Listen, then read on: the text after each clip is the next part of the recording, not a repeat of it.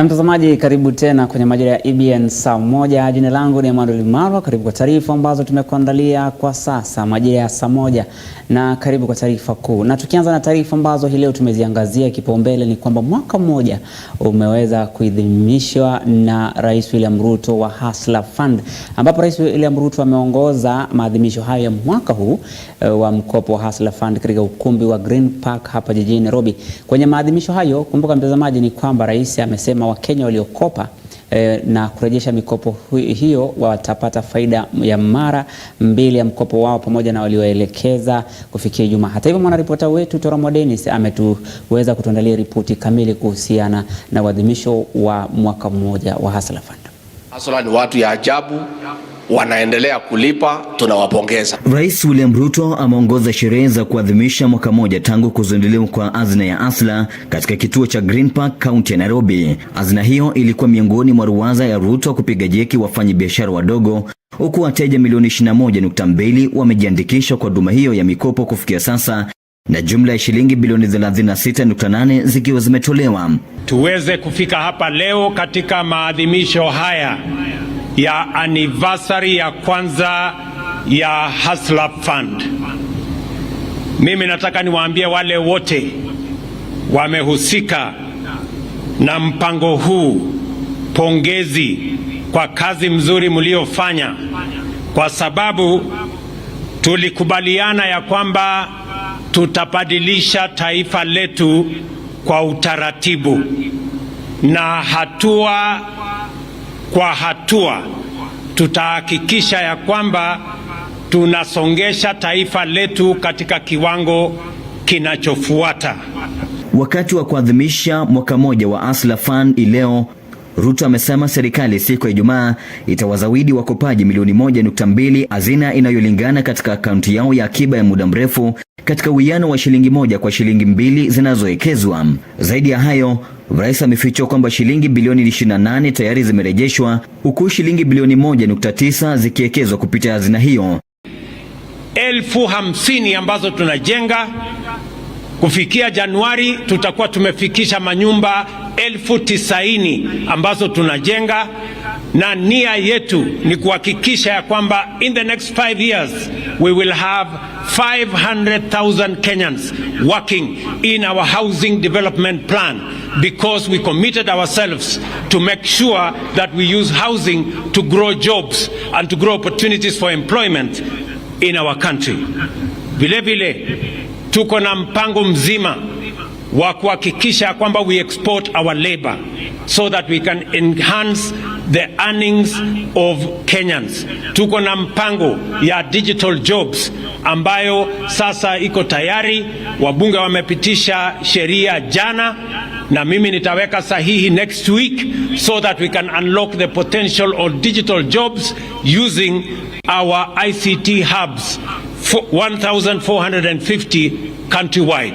Pia hazina hiyo iliyoshuhudia wateja milioni 7.7 waliorudiwa katika kipindi cha miamala milioni 52.5 katika mfumo wa pili wa Hustler uliozinduliwa Juni tarehe 1 mwaka 2023, imesababisha kubuniwa kwa vikundi 500, huku kati ya hiyo vikundi 52,000 vinavyohudumia wanachama milioni 1.2 walioidhinishwa vimepata ufadhili. Mimi nataka niwatangazie Wakenya ya kwamba sasa tumedhibiti uchumi wa taifa letu la Kenya. When you started this fund, wale ambaye walikuwa hawatutakii mema walikuwa wanasema hii mahasula wakipewa hii pesa watapotea nayo, lakini hawa mahasula ni watu ya ajabu, wanaendelea kulipa, tunawapongeza. Zaidi ya Wakenya 45% wamekopa pesa ya Hustler Fund. It is the most preferred fund currently in the country across all the borrowings in this country. Huku wa Kenya sasa wakiadhimisha mwaka mmoja huduma ya hazina ya Hustler, shilingi bilioni 39.7 imetolewa kwa baadhi ya Wakenya na makundi mbalimbali, huku kufikia sasa shilingi bilioni 21 zikiwa zimelipwa pekee. Dennis, runinga ya EBN.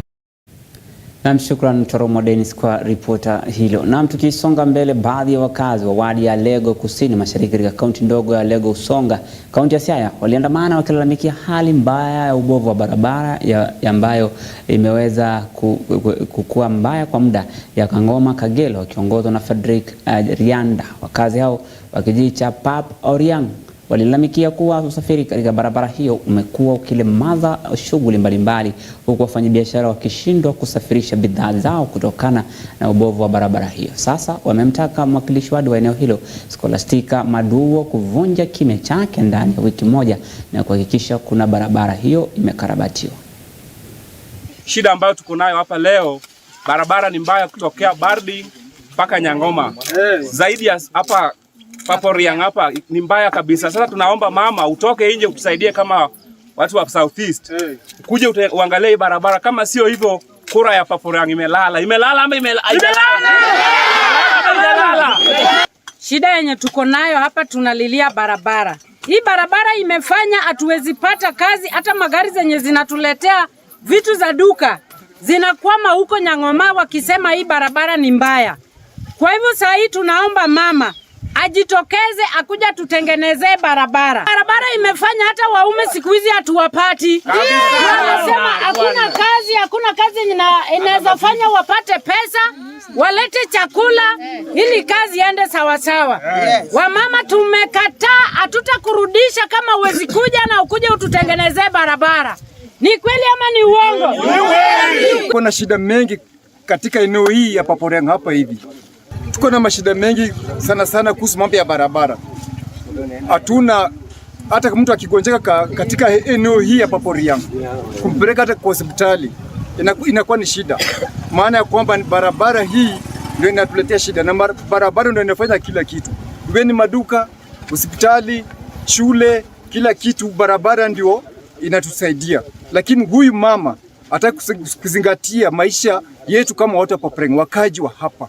Tafadhali mama, tunakuomba, tulikupigia kura, kuja mguu kwa miguu vile ulikuja, kama unataka kura yetu, ili waone kinaendelea chini ya ground hapa hivi.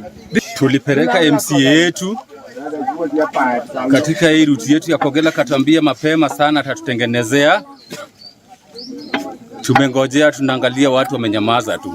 Sisi kura tulimpatia kwa heshima sana, kura tukampatia, tukashindwa. Hii Kenya yetu tunapelekwa wapi? Tumekaa sana, Kenya yetu tunaangalia, tunapelekwa wapi? Mimi naongea hivi, ninaomba kwa usuni mama yetu aende kwa ofisi atuangalie sisi maneno ya barabara ya hapa Paporiang. Kama amekataa kutoka wiki hii mpaka hiyo wiki ijayo, tutakuja kwa ofisi. Kwa watoto wetu wanaona vibaya, wa vijana wanabaki bure, watoto zao wanarudi kwao kwa sababu pesa hakuna. Mimi nimesema kama Martha Karua ya hapa Paporiang. Na mkineko katika kaunti ya Isiolo, waathiriwa wa mafuriko kutokana na mvua kubwa inaendelea kunyesha humu nchini katika kaunti ya Isiolo sasa wamepata afueni baada ya maafisa wa usalama wa KDF kusafirisha msaada wa njia ya ndege ya chakula baada ya barabara zao kufurika maji na kutatiza shughuli za usafirishaji wa bidhaa muhimu. Vikosi vya kijeshi vya KDF kwa ushirikiano na shirika la Msalaba Mwekundu waliweza kuitikia mwito waathiriwa hao kutoka maeneo ya Dadacha, Basa, Iresaboru, Saricho na Gobatu katika kaunti ya Isiolo ambao wamekuwa wakiteseka kwa muda.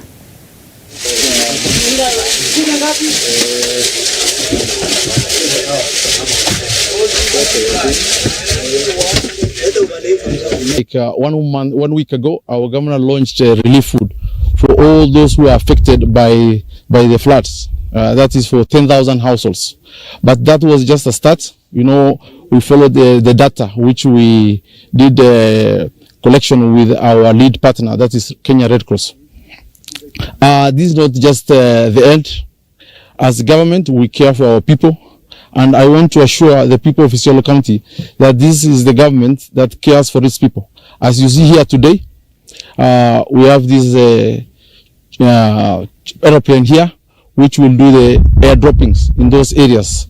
We will start with the Basa, where we'll do the droppings for all the 626 households. All those 626 households will receive food, which is a maize flour, cooking oil, and even rice.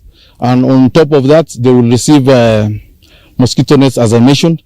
But we'll give priority to those disadvantaged groups, like elderly, sickly people, mothers who have small babies, and even people who have disabilities. Our people have really suffered, but today by the evening I think they'll be happy. The drugs, and also we have drugs, we have antibiotics, we have painkillers, we have all items which are needed for emergency. I think going forward we are going to rescue our people today. Message is life is very important. People should avoid going to where there is a lot of water, and they should at least avoid places and go to upper place so that we are able to save their lives. So they should not joke with any water, whether it is small or much water. So I'm just giving them that bit, and then going forward we want to save lives. This is emergency now, and we have all the drugs. I want to report that we have all the emergency drugs at the moment, yes, which we are going to drop several places, including Sericho also and Resaboru. For this one is the Basa, which we are going not to land but to drop for security of the plane also. We want to thank so much also the KDF. Yes. Na maafisa wa tume ya kupambana na ufisadi nchini EACC wamewakamata maafisa wa polisi wanaoshukiwa kupokea hongo kwa waendeshaji magari na pikipiki huko Naivasha. Haya yanajiri baada ya EACC kufanya msako na mikakati ya kuhakikisha hakuna ufisadi unaendelea kote nchini licha ya visa vya ufisadi miongoni mwa polisi kuripotiwa. Afisa mtendaji wa EACC amesema wamekusanya ushahidi dhidi ya washukiwa hao, huku wakitoa wito kwa maafisa hao kunyimwa bunduki kutowashambulia maafisa wa EACC. This morning the EACC managed to have a raid where we managed to arrest 3 traffic police officers who were taking bribes along the road from motorists. One policeman managed to escape. He was armed and he tried to fire at our officers. Fortunately there were no injuries, but he managed to escape. And our position as EACC is that in coordination with the office of the IG, where we are in communication with the IG and the IG supports our operations, is that traffic policemen and policewomen should never be armed unless it is extremely necessary for their own safety. Na mtazamaji, mamia ya vijana kutoka kaunti ya Nyandarua wamenufaika na mafunzo ya kina kuhusu kilimo biashara yanayotolewa na taasisi ya CAP Youth Empowerment Institute na Youth Business International kutoka Uingereza kwa nia ya kuwawezesha vijana kwa nchi hiyo. Wafadhili wa mafunzo hayo wamesema kuwa mwisho wake utapiana nafasi za ajira kwa vijana kupitia biashara mtandaoni na kujikimu katika maisha, wakitaja kuwa inaongeza ujuzi wa kimaarifa ya kujiajiri kupitia kilimo biashara. Generation dogo wanatakanga tu ile maneno ati hiyo white collar jobs, lakini sasa furaha yangu ni kuona hata wao wameitikia mikono yao ikuwe michafu, wanaingia kwa mchanga, wanalima, alafu wanaanzisha biashara zao. Ukiangalia hapa si kusema ati ni wakulima peke yake. Wenye wamesimama hapa tumewasomesha vitu mingi kuanzisha biashara kadhaa. Kuna mwingine hapa anafuga kuku, kuna mwingine unasikia ako na sungura, kuna mwingine unasikia analima hizi cabbages, mwingine analima mpaka strawberries, na wengine wameanza kufanya hata value addition. Hii masomo imenisaidia sana. Sasa nimeweza kuimprove katika biashara yangu. Umuhimu wa masomo haya ni kuwa inakupea nguvu na ujuzi ambao hauhitaji mtu mwingine akuje kusaidia. Ni kitu ambayo ni yako wewe mwenyewe, unaamka asubuhi, unajiajiri. Hutegemei watu wengine. Na mtazamaji, kikao cha viongozi wa chama cha Jubilee kinachoongozwa na Jeremiah Kioni wamekosoa ripoti ya kamati ya mazungumzo ya kitaifa, wakisema ilifeli kushughulikia gharama ya maisha ambayo ndio donda sugu inayowakabili mamilioni ya Wakenya. Kioni alikashifu pendekezo la kubuni afisi za waziri mkuu na mpinzani rasmi, akisema hilo si miongoni mwa masuala yaliyopelekea Wakenya kwa maandamano mtaani kitafuta uongozi bora na masuala ya kimsingi kushughulikiwa. Very, very immoral of us to think that we can start creating offices for people while people died when they were demonstrating in the streets. Watu hawakwenda milolongo ama demonstration maandamano kwa sababu ya ofisi fulani. Watu walienda kule kwa sababu ya gharama ya maisha. This document falls short of that issue. Ilikuwa gumu sana kuongea na watu ya KK. Hawakutaka hayo mambo yasugumzwe. For the speaker to purport to elect a whip for the Jubilee Party, that is none of his business. We as a party are the ones who will write to the speaker to tell him who is the whip of Jubilee Party in the house. If government is paying 22% to borrow, will the banks lend to small business, or are they going to lend to government? That very high interest rate is what has led to an upsurge in non-performing loans. I'm sure you have all seen the FKE, Federation of Kenya Employers, statement from a few days ago showing job losses, I think estimated over 70,000. Mtazamaji, watu waliofurushwa kutoka msitu wa Mau hivi majuzi sasa wanaiomba serikali kuwaruhusu kuvuna mazao yao kwenye mashamba kabla ya kugura kutoka ardhi hiyo ekari zaidi ya 20. Wakazi wametaja haja ya kuvuna mazao ambayo yaliachwa kabla ya kulazimishwa kuondoka kutoka kwa msitu huo wa Mau, wakisema watapata hasara kubwa licha ya wao wengine kuweka mbolea na gharama mbalimbali waliotumia katika upanzi wa vyakula vyao eneo hilo. Wametoa wito kwa viongozi wa serikali kuingilia kati ili kutoa suluhu la mwafaka kuhusu mazao yao. Tumepanda, imefika wakati ambaye tunaambiwa tusipige madawa, tusitoe kwa mashamba. Wakati unataka kutoa, lazima kuna sesu unakata ndio utapeana ndio uende kutoa chakula yako. Tuko na shida sisi tukiwa wamama na watoto wetu. Nasemaje, tuko wajawazito wengi, tutapata watoto wapi? Tutasalia kwa makambi, Serikali mturumie. Naambia serikali akuja turudishie mashamba zetu, maana ni mashamba tulinyang'anywa. Ni mashamba tulinyang'anywa. Kwa hivyo tunasema ya kwamba mpaka iko na mpaka hakuna mtu ameruka shamba, ameruka mpaka. Tulikuwa ndani, tulikuwa mashamba zetu kamilifu, na ninaomba mheshimiwa wetu gavana kuja utuangalie. Na kwingineko, huko makundi mbalimbali yakiadhimisha siku 16 za kampeni dhidi ya dhuluma za kijinsia pamoja na masuala ya kisaikolojia, kanisa la Seventh Day Adventist County ya Kisii limechukua hatua kabambe ya kuhamasisha wakazi kuhusu vita dhidi ya dhuluma za kijinsia. Hata hivyo, akihutubia washikadau nje ya afisi yake, kamishna wa kaunti hiyo Tom Onjere alitangaza kuanzia kwa mipango ya uhamasishaji mashinani, akiwataka wakazi kujitokeza kufanya uchunguzi wa kimatibabu. Aidha, alisisitiza haja ya kukumbatia usawa katika nyanja zote za uongozi na utoaji wa ajira na umri kwa wote.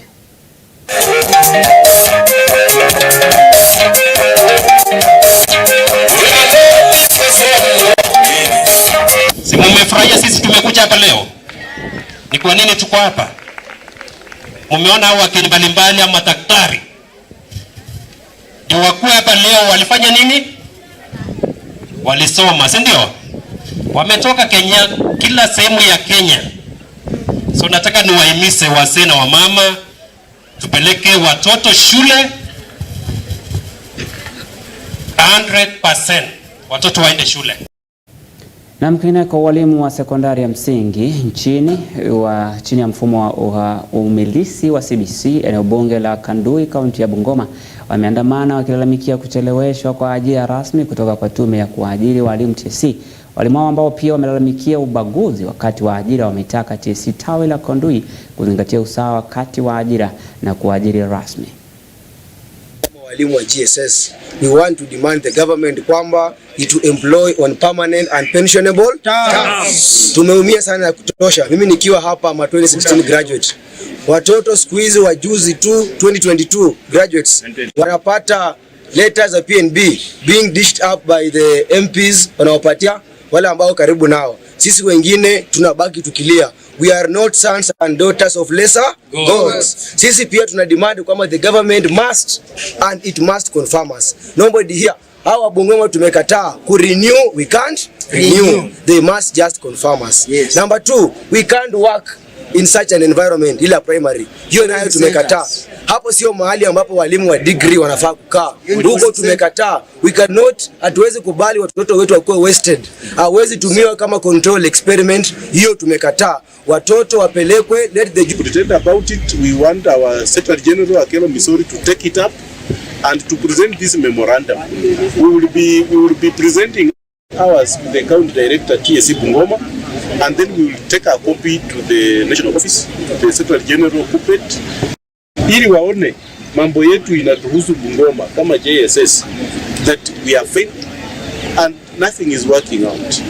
So hiyo ndio maneno yangu kama mwenyekiti wa walimu Bungoma, na kwa wazazi wa Bungoma nawaambia kwamba mchunge watoto wetu. Tumerelease watoto kwa likizo.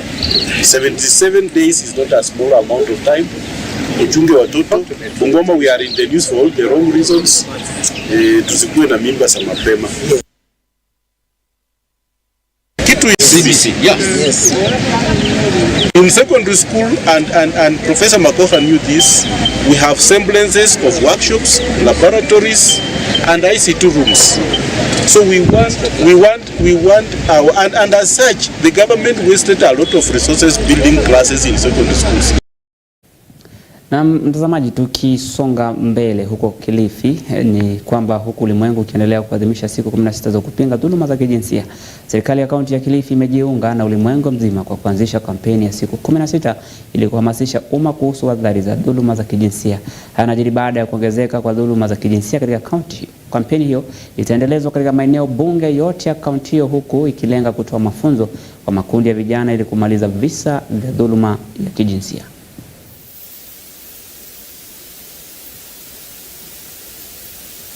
As the county government, we are going to run this campaign in almost all the sub-counties.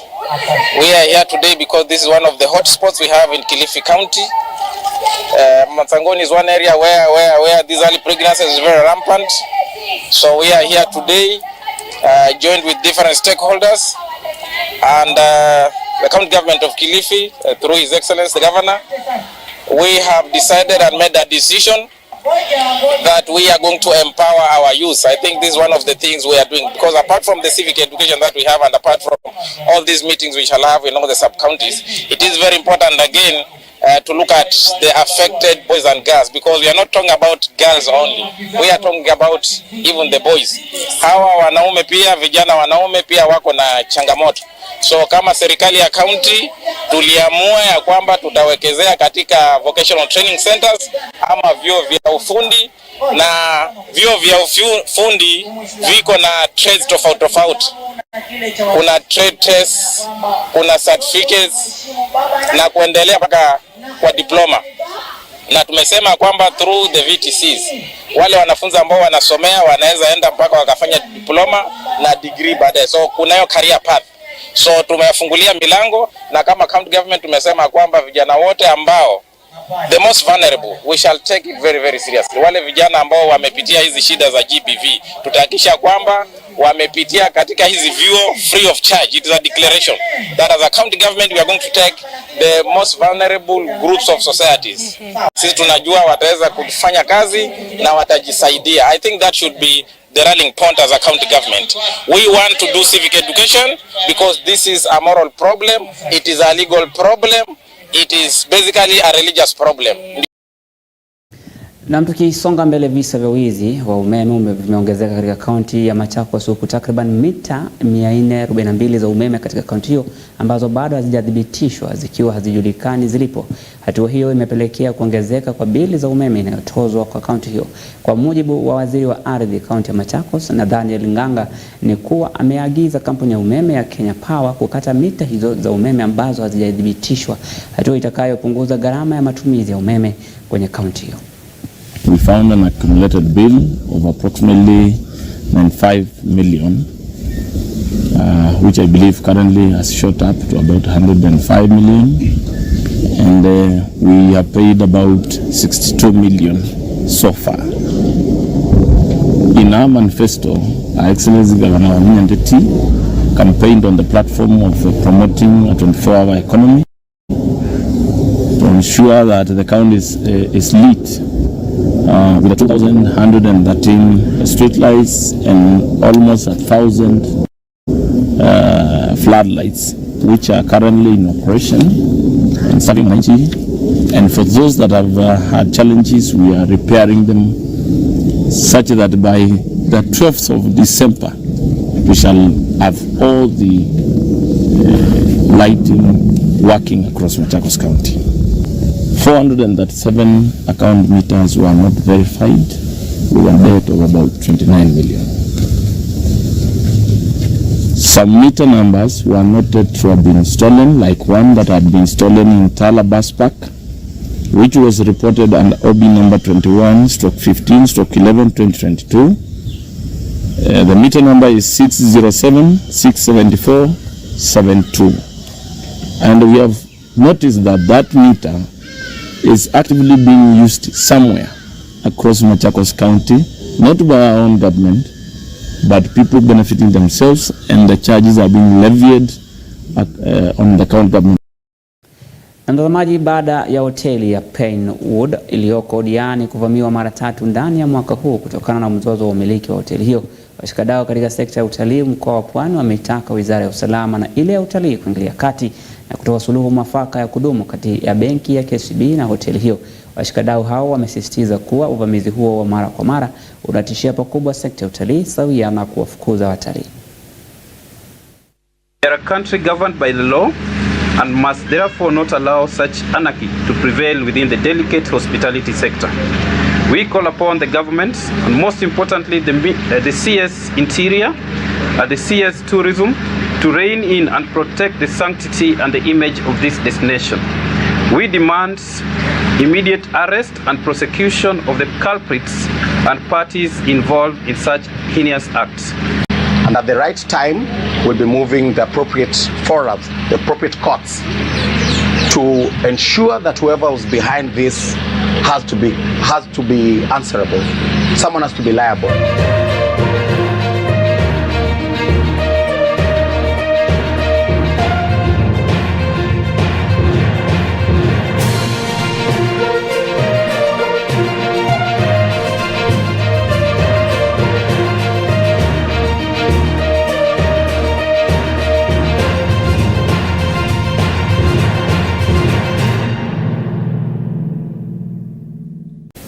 Na mtazamaji, katika michezo, timu ya taifa ya soka ya wanawake Harambee Starlets ililazimishwa kutoka sare ya bao moja dhidi ya Botswana katika uwanja wa Nyayo. Kwa sasa Starlets inajipanga kwa mkondo wa pili wiki ijayo ugenini katika taifa la Botswana, huku mshindi wa jumla akifuzu katika kinyang'anyiro cha AFCON mwaka ujao.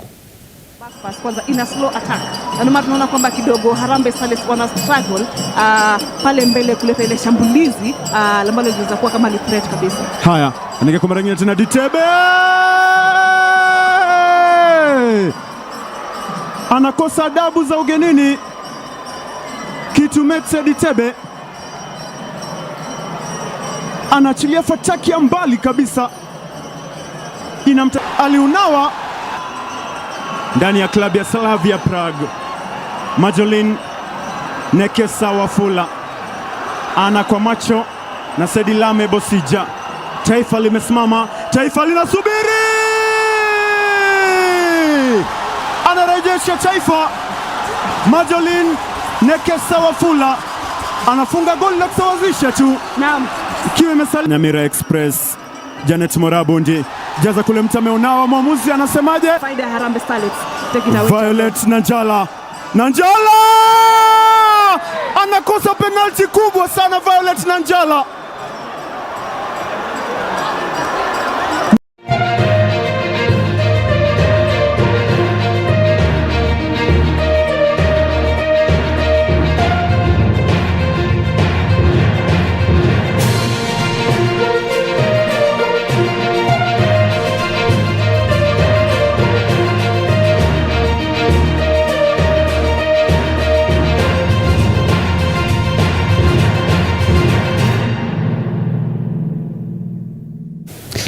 mtazamaji, ni hatuko sasa tuliokuandalia majira ya saa moja mwendo wa saa 3 tutarejelewa na habari zaidi. Jina langu ni Emmanuel Maro na kutakia usiku mwema, tupatane hapo kesho panapo majaliwa ya Mwenyezi Mungu.